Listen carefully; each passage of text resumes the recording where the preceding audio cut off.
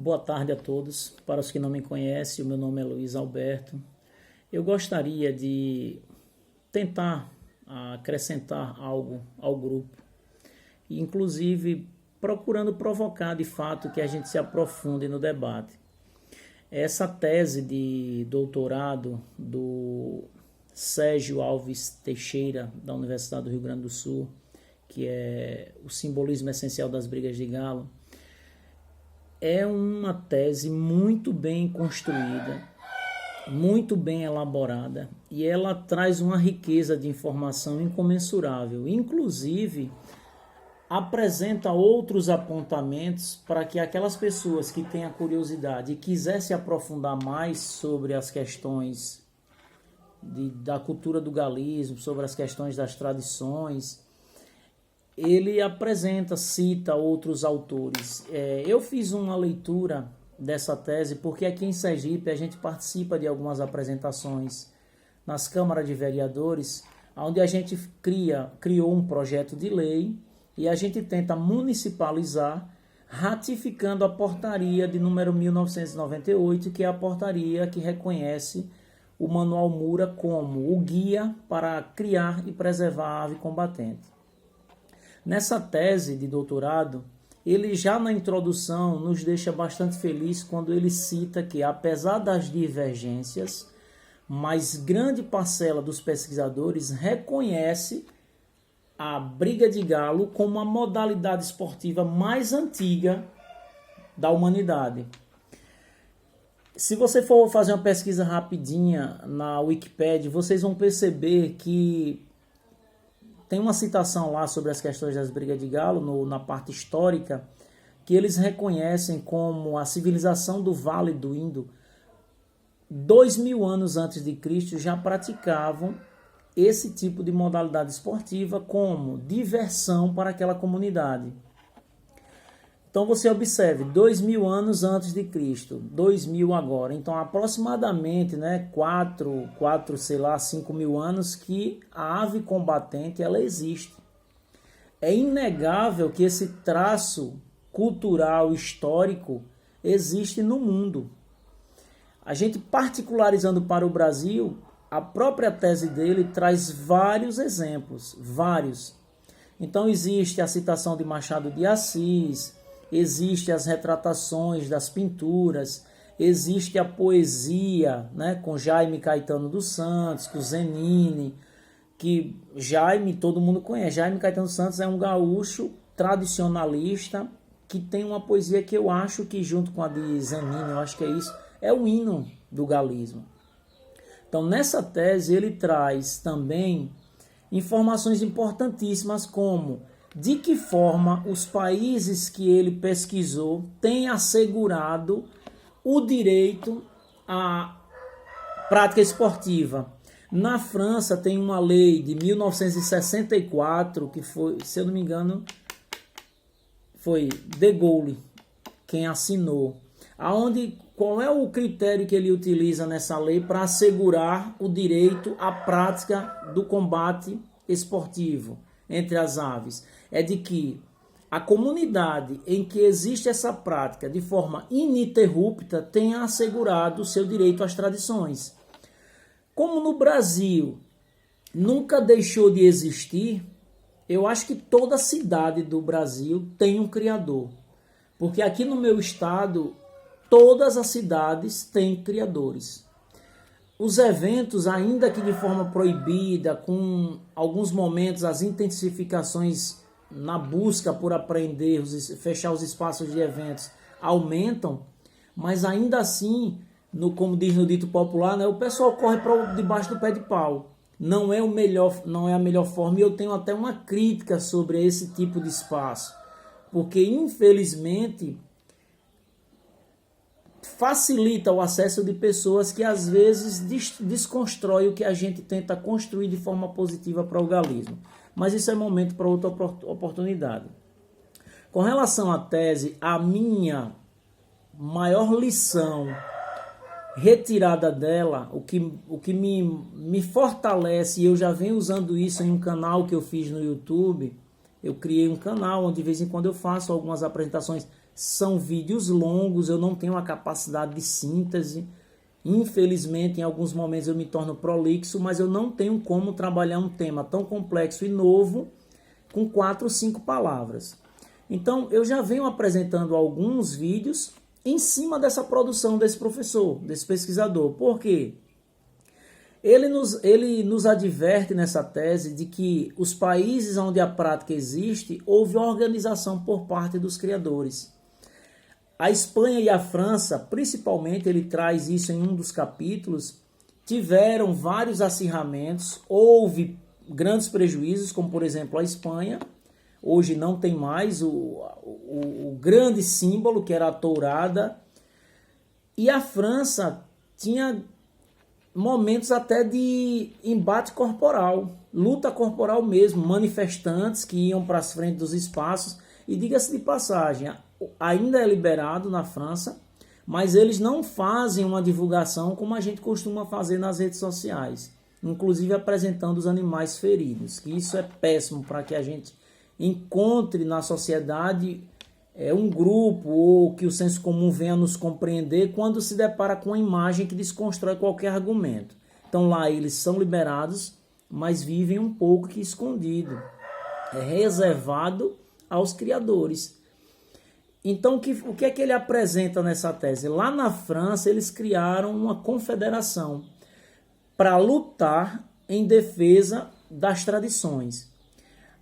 Perceberam que essa confederação ela não dava conta contra os grupos de animalistas, ambientalistas, que se posicionavam contrário à prática, em particular, dos combates. O que eles fizeram? Se organizaram e hoje existe na França um partido político que luta pela defesa de toda e qualquer tradição na França. Ou seja, sem o fortalecimento no universo político, a gente não chega a lugar nenhum. Porque eu já apresentei em outros vídeos, a lei, todo o ordenamento brasileiro, ele nos é favorável. A nossa Constituição ela foi elaborada levando em consideração o antropocentrismo, o homem como centro.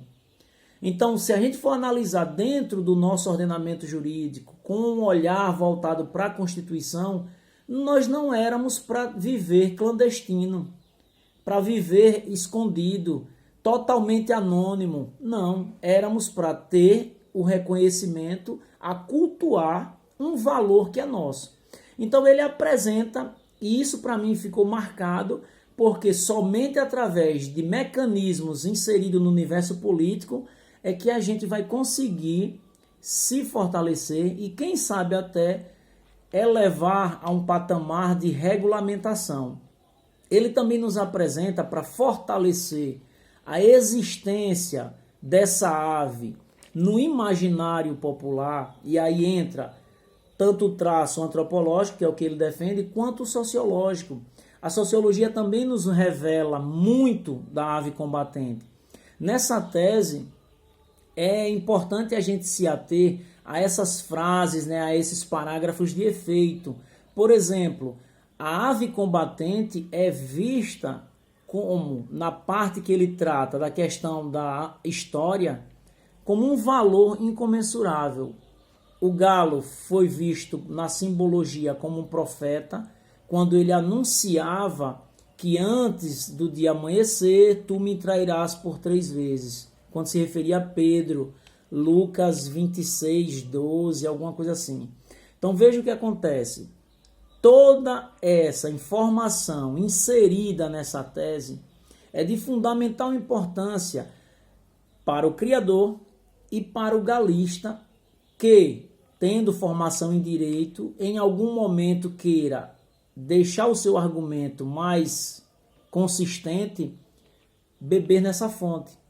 É importante também que a gente compreenda que quando houver espaços de debates, o galista, né, se desvista da vestimenta da vaidade e convida um profissional com essa formação para falar sobre a nossa cultura.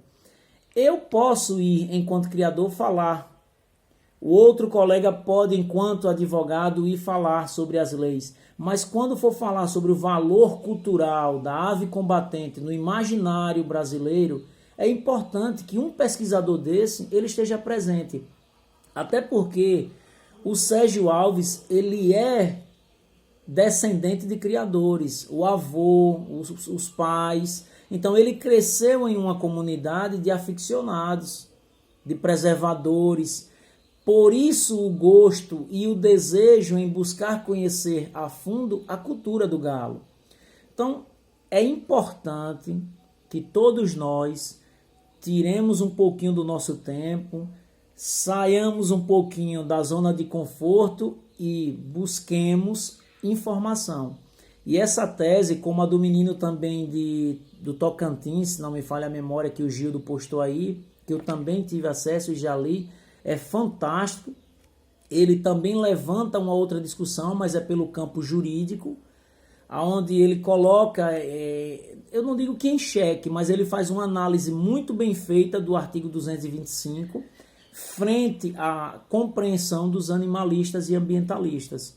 Com relação a essa tese, o simbolismo essencial das brigas de galo, é indispensável que nós, enquanto criadores, busquemos conhecer a fundo como se deu, passo inicial. Ele faz um capítulo todo sobre o esporte no Brasil, então ele começa com o decreto Juarez Távora, né, de 1934, ele vai para o de 61, de Jânio Quadros, ele tem fotos onde ele apresenta Tancredo Neves ao lado do Tosi, se não me falha a memória.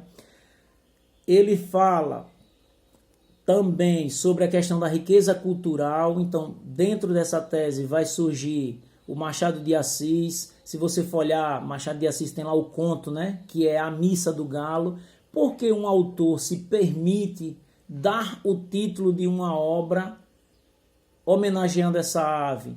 Porque a Igreja Católica, né, dá o nome à principal liturgia dentro da igreja, que é a Missa do Galo, tão esperada, tão desejada, tão respeitada, porque alguns compositores, como, eu não sei se é na dele ou em outra, aquele João Bosco, lança um LP em 76, se não me falha a memória, onde a capa é o pé de um galo com uma espora, e tem mais uns símbolos por trás, se não me engano, São Jorge, tem uma foto no dossiê que o Pontelo ajudou a confeccionar aí com esses pesquisadores de Minas. Então veja, tudo isso são valores que está na poesia, está na religião. O Clube Atlético Mineiro, quando homenageia com o mascote o seu clube, ele transmite as características do animal combatente para o clube, que é força, vigor, resistência, coragem, né? Nunca se render. Então, assim, tem muita informação, é importante que a gente se aproprie. Estudos mais recentes também existem. Tem um trabalho de Jaiana Cristina Oliveira, é uma aluna de mestrado da Universidade Federal do Rio de Janeiro, onde ela faz um estudo, o título da obra é O Cantar do Galo na Poética, de José Ângel Valente e de Ferreira Goulart. Nesse trabalho, ela também apresenta o galo de briga, e os dois poetas dialogam sobre isso. E o Ferreira Goulart, ele vai dizer que o galo de briga, no imaginário popular mundial, ele é visto como um símbolo profético, e aí ele cita essa passagem também sobre a traição de Pedro. Temos também o grande Nobel da literatura, se eu não me engano é boliviano, né? É boliviano, acho que sim. O Gabriel Garcia Marques, em 100 Anos de Solidão, tem uma passagem que, na narrativa do escritor, ele menciona que uma comunidade lá tinha, e só não era permitida a presença das mulheres nos espaços onde as aves combatiam. Houve até uma peleia entre dois criadores. Ou seja, existem estudos também que a gente pode adicionar à tese do doutor e fortalecer um trabalho que venha a dar à ave combatente não o local que ela não tem, que ela já tem. Ela está na literatura, ela está na cultura, ela está no direito, ela está na música. Clara Nunes inicia dos seus grandes louvores homenageando o galo. O que a gente precisa é trabalhar melhor a publicidade e tentar levar para o senso comum, para a sociedade, a importância desses estudos e da presença indiscutível da ave combatente em toda a sociedade. Aqui em Sergipe nós temos uma igreja que recebe o nome de Igreja do Galo. Então vocês observem, está na música, está na poesia, está na arte plástica, está no direito, nós estamos em todo canto, só não estamos reconhecido, regulamentado. Então o que a gente precisa, eu acredito que é se aprofundar em todo e qualquer trabalho, é buscar pesquisadores na universidade que queira fazer um trabalho dentro do que a gente quer direcionar. Só precisa ter um grupo organizado, desprendido e que possa investir, financiar. Eu acho que o trabalho dele é importantíssimo. Ele cita um pouquinho, e eu fui pesquisar o Clifford Gates, né, o antropólogo americano que criou aquela obra Interpretações das Culturas, onde ele faz um trabalho, né, sobre as ilhas balinesas. E nesse trabalho ele traz toda uma simbologia sobre a representatividade do combate das aves na relação entre as pessoas. Quando a ave estava combatendo, é como se houvesse a representação do Criador. Para ele não eram os animais que combatiam, eram os donos. E isso cabe várias interpretações negativas e positivas. A questão da confraternização, os espaços de eventos, nada mais é do que uma confraria. É um espaço onde a gente está ali para aproximar laços, valores, fortalecer, sim, por que não? O padrão de sociedade que a gente busca. Nós estamos inseridos em um contexto muito perigoso nesse momento. Várias personalidades indo de encontro ao que são vistos como crueldade e maus-trato, se recusa a ouvir o contraditório. Eu não digo nem aceitar, mas ouvir o contraditório. Como citado aí por Pedro Mendes, pelo Gildo e por tantos outros que têm espaços aí no YouTube, onde eu também tive a oportunidade de pesquisar e ouvir os mesmos. O que a gente percebe é que existe uma criminalização sobre o Criador. Mas essa criminalização ela não se dá no campo da argumentação, ela se dá no campo da imposição. Eu tenho espaço, apresento a minha verdade e ela basta. Então a gente precisa entender, é importante que a gente também busque, como eu falei, outros direcionamentos que a tese do Sérgio apresenta. Nas minhas andanças, buscando o melhor argumento na defesa da ave combatente, eu fui fazer um estudo sobre o constitucionalismo na América Latina. E aí a gente vai perceber que em alguns países como Colômbia, Equador, existem tribunais específicos para tratar de alguns assuntos. Então veja, em um país onde a cultura indígena é muito forte, como é que o nosso Supremo iria julgar? Então lá existe a corte, mas tem grupos. Eu acredito que isso poderia se trazer no campo jurídico para o Brasil. Se os ministros do Supremo deixou bem claro lá, que eu assisti todos os pronunciamentos, que não compreendem de forma alguma e se recusam a aceitar a nossa cultura, que eles nomeassem alguém para ser um elo. Quando uma questão jurídica precisa de análise contábil, o juiz nomeia um contador. Da mesma forma, a gente pode arguir, eu não sei como, é apenas um sonho, uma ideia, de que determinados valores culturais fossem abordados por quem faz parte daquela cultura. Então, julgar questões como manifestações culturais voltadas ao folclore, não existe no Brasil uma autoridade maior do que Antônio Nóbrega. É um cara que fez um estudo muito profundo sobre ritmos, sobre instrumento musical, sobre dança, Ou seja, você julgar uma questão cultural dessa sem convidar um cidadão com essa capacidade intelectual e conhecimento para discernir e você poder dar um voto mais justo, é algo inaceitável. Então vamos nos aprofundar, vamos ler, vamos buscar compreender, porque existe sim muita informação e como o Sandro mencionou em um dos seus áudios acima, ele quer fugir um pouco dessa questão do embate jurídico e ele quer trazer uma abordagem nova sobre a questão de cultura, desprender o galo das querelas judiciais e focar no entendimento cultural. E não existe, no momento, um documento mais importante do que este.